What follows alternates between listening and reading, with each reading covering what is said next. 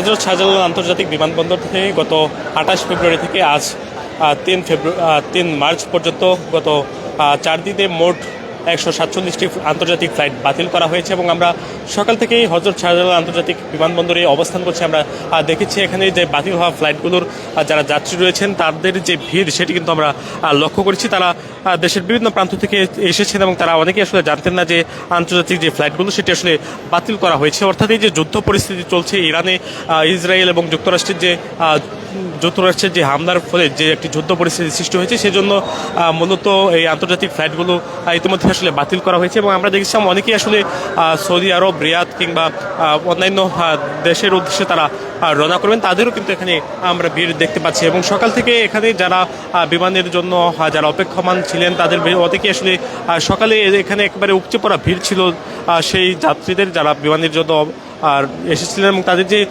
ফ্লাইটটি সেটি আসলে ক্যান্সেল হওয়ার কারণে তারা তাদের নিজ নিজ গন্তব্যে ফিরে গেছেন। আমরা একাধিক ব্যক্তির সাথে কথা বলছি, তারা অনেকেই জানিয়েছেন যে তারা আসলে জানতেন না, তবে জানা গেছে যে বিমান কর্তৃপক্ষ তাদের যে টিকিটটি সেটি আসলে তারা বিমান কর্তৃপক্ষ আবার পুনরায় কেটে দেবেন সেটি আসলে তারা জানিয়েছেন। এবং আপনাদেরকে জানিয়ে রাখতে চাই গত 28 ফেব্রুয়ারি থেকে ইতিমধ্যে আসলে মধ্যপ্রাচ্যে সৃষ্ট যে নিরাপত্তা পরিস্থিতি তার মধ্যে ইরান, ইরাক, কুয়েত, সংযুক্ত আরব আমিরাত, বাহরাইন, কাতার, জর্ডান তাদের আকাশসীমা বন্ধ করে দিয়েছে এবং এর ফলে হজরত শাহজালাল আন্তর্জাতিক বিমানবন্দর থেকে এখন পর্যন্ত মোট 147টি বিমান আসলে 147টি ফ্লাইট ক্যান্সেল করা হয়েছে। তার মধ্যে কাতারে 4টি, এমিরেটসের 4টি, গালফ এয়ারের, বাহরাইনে 4টি এবং ফ্লাই দুবাইয়ের 4টি, কুয়েতের 2টি, জাজিরা কুয়েতের 4টি এবং এয়ার আরাবিয়া মোট 12টি এবং ইউএস বাংলা এয়ারলাইন্সের মোট 4টি।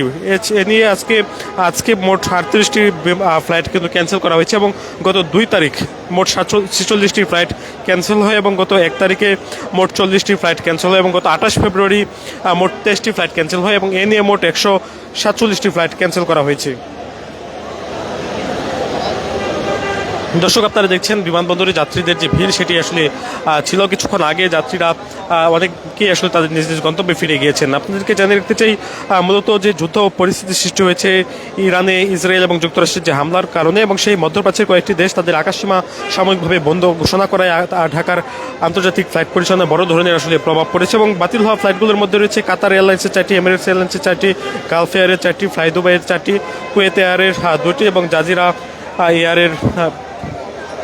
এয়ারেরও আসলে বিমান বা ফ্লাইট এখানে রয়েছে সেটি আমরা জানি।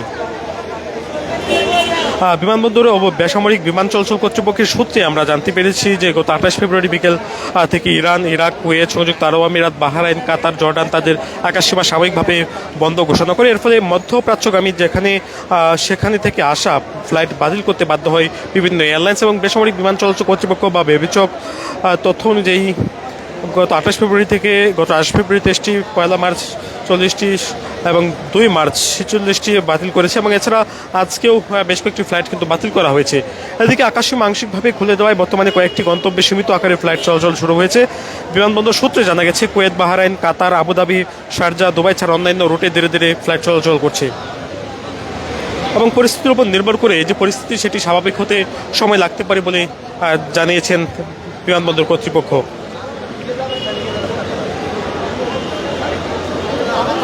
দর্শক, দেখছেন শাহজালাল আন্তর্জাতিক বিমানবন্দর থেকে আপনাদেরকে দেখাচ্ছি, সাথে আছি আমি আলসাদি। আপনারা দেখছেন সবশেষ যে পরিস্থিতি বিমানবন্দরে সেটি আমরা দেখাচ্ছি। যাত্রীদের যে ভিড় ছিল সেটি সকাল থেকে আসলে কমে এসেছে। অনেকে আসলে ফ্লাইট ক্যান্সেল হয়, তারা নিজ নিজ গন্তব্যে আসলে পৌঁছে গিয়েছেন, অনেকে এখনও অপেক্ষমান রয়েছে।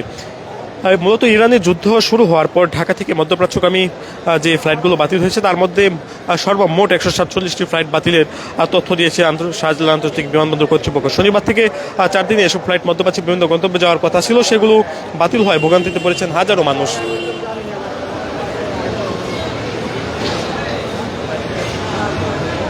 আমরা দেখছিলাম সকাল থেকে সাধারণ মানুষের যে ভিড়, যারা যাত্রী রয়েছেন তাদের সাথে আমরা কথা বলছিলাম। তারা আসলে জানিয়েছেন যে ফ্লাইট ক্যান্সেল হওয়ার পরে তাদের যে দুর্ভোগ সেটি আমরা দেখছি, প্রায় কয়েক হাজার মানুষের যে দুর্ভোগ সেটি আমরা লক্ষ্য করেছি।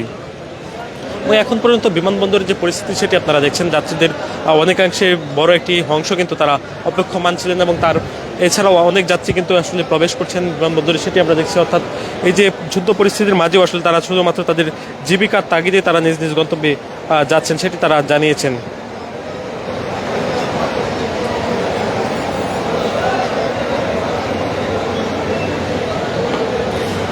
দর্শক জানিয়ে রাখতে চাই এই যে নিরাপত্তা পরিস্থিতি, সেই নিরাপত্তা পরিস্থিতির মধ্যেই গত 28 ফেব্রুয়ারি মোট 23টি ফ্লাইট ক্যান্সেল হয়। তারপরে 1 মার্চ মোট 40টি, 2 মার্চ মোট 46টি এবং 3 মার্চ আজকে কাতারের 4টি, এমিরেটস এয়ারের 4টি, গালফ এয়ার বাহরাইনের 4টি এবং ফ্লাই দুবাইয়ের 4টি, কুয়েতের 2টি, জাজিরা কুয়েতের 4টি, এয়ার আরাবিয়ার মোট 12টি এবং ইউএস বাংলা এয়ারলাইন্সের মোট 4টি সহ মোট 38টি ফ্লাইট কিন্তু ক্যান্সেল হয়, যার ফলে এখন পর্যন্ত যে যাত্রীরা তারা কিন্তু বেশ ভোগান্তিতে পড়েছে।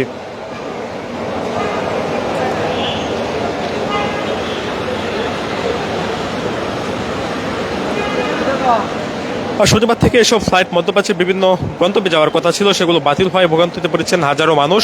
এবং আজকে আমরা যে পরিস্থিতি দেখছি তার মধ্যে আপনাদেরকে জানাতে চাই, শাহজালাল বিমানবন্দরে এক বার্তায় বলা হয় শনিবার মধ্যপ্রাচ্যে সৃষ্ট নিরাপত্তা পরিস্থিতি ইরান, ইরাক, কুয়েত, সংযুক্ত আরব আমিরাত, বাহরাইন, কাতার, জর্ডান তাদের আকাশসীমা বন্ধ করে দেয়। ফলে এখন পর্যন্ত মোট 147টি ফ্লাইট কিন্তু ক্যান্সেল হয়েছে। দর্শক আপনাদেরকে একেবারে শাহজালাল আন্তর্জাতিক বিমানবন্দর থেকে দেখাচ্ছিলাম সবশেষ পরিস্থিতি। আপনারা দেখছিলেন যে বিমানবন্দরে সাধারণ মানুষের যে ভিড়, যারা ভোগান্তিতে পড়েছেন, তার মধ্যে কয়েক হাজার যাত্রী কিন্তু এখন পর্যন্ত আসলে অপেক্ষমান রয়েছেন এবং তাদের বেশিরভাগই আসলে ফ্লাইট ক্যান্সেল হওয়ার কারণে ভোগান্তিতে পড়েছেন। দর্শক, এই ছিল রাজধানী শাহজালাল আন্তর্জাতিক বিমানবন্দর থেকে সবশেষ।